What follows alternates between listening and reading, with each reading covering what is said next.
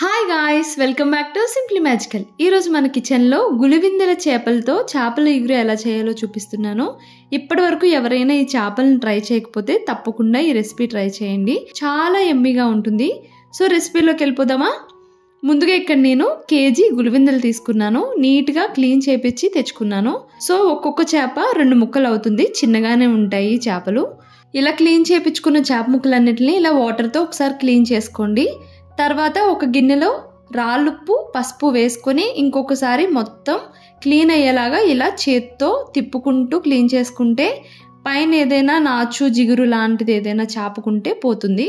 So ఇలా చేత్తో ఉప్పుని స్క్రబ్ చేసుకోండి, నీట్గా క్లీన్ అయిపోతాయి. ఇలా స్క్రబ్ చేసుకున్నాక నీట్తో క్లీన్ చేసుకొని పక్కన పెట్టుకోండి. ఇప్పుడు కర్రీకి మసాలా తయారు చేసుకుందాము.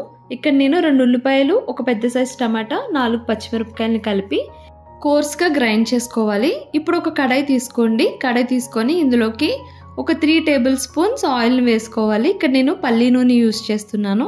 ఆయిల్ వేడయ్యాక 1 టేబుల్ స్పూన్ జీలకర్ర వేసుకొని జీలకర్ర బాగా వేగాక ఇందులోకి మనం గ్రైండ్ చేసుకున్నాం కదా ఆనియన్ టమాటో పేస్ట్, అది కూడా వేసుకోవాలి. లో ఫ్లేమ్లో మగ్గించుకోండి. మొత్తం వాటర్ అంతా ఎవాపరేట్ అయిపోయే వరకు మగ్గించుకోవాలి.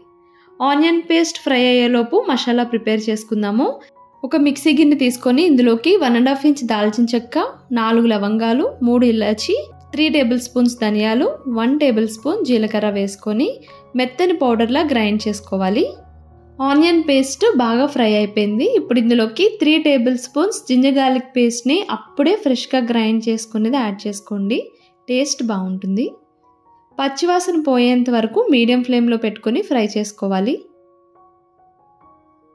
జింజర్ గార్లిక్ పేస్ట్ కూడా ఫ్రై అయిపోయాక ఇప్పుడు ఇందులోకి మనం మసాలాలన్నీ వేసుకొని ఫ్రై చేసుకుందాము.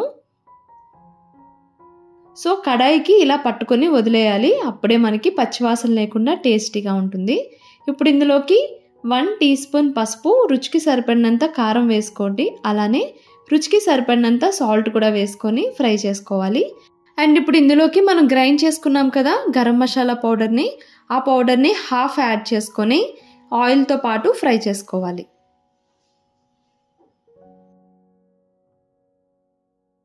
ఇప్పుడు ఇందులోకి పసుపు, కారం, ఉప్పు వేసుకొని మ్యారినేట్ చేసి పెట్టుకున్న చేప ముక్కలను వేసుకుందాము.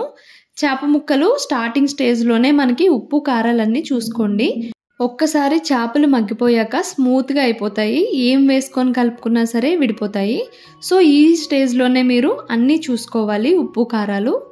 సో ఇలా మసాలా అంతా ముక్కలకు పట్టించి మూత పెట్టుకొని లో ఫ్లేమ్లో మగ్గించుకోండి. మధ్య మధ్యలో కలుపుకోవాలి. ఒక 10 నిమిషాల పాటు మగ్గాక ఇందులో కొంచెం వాటర్ వేసుకోండి. ఒక 100 ml వరకు వాటర్ వేసుకుంటే కరెక్ట్గా సరిపోతుంది. మరీ ఎక్కువ వాటర్ వేయొద్దు.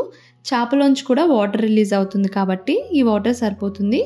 ఇందాక గరం మసాలా సగం వేసుకున్నాం కదా, ఇప్పుడు మిగిలిన సగం కూడా వేసుకొని ఒకసారి ముక్కల మధ్యలోంచి నేను చూపించినట్టుగా ఎక్కడ విడిపోకుండా కలుపుకోండి.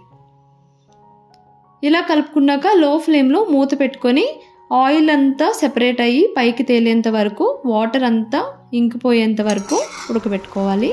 చూసారు కదా ఆల్రెడీ ఆయిల్ తేలిపోయింది మనకి. ఇంకొంచెం వాటర్ ఉంది. ఈ వాటర్ కూడా దగ్గరికి అయిపోతే కర్రీ రెడీ అయిపోయినట్టే. చాలా సింపుల్. సో లాస్ట్గా కొంచెం కరివేపాకు, కొత్తిమీర కూడా వేసుకొని కలుపుకుందాము. రిమైనింగ్ వాటర్ కూడా దగ్గరికి అయిపోయింది. ఈ స్టేజ్లో ఒకసారి కలుపుకొని స్టవ్ ఆఫ్ చేసుకోవడమే. అంతే. చూసారు కదా చాలా సింపుల్గా చేసుకోవచ్చు గులివిందెల ఇగురు.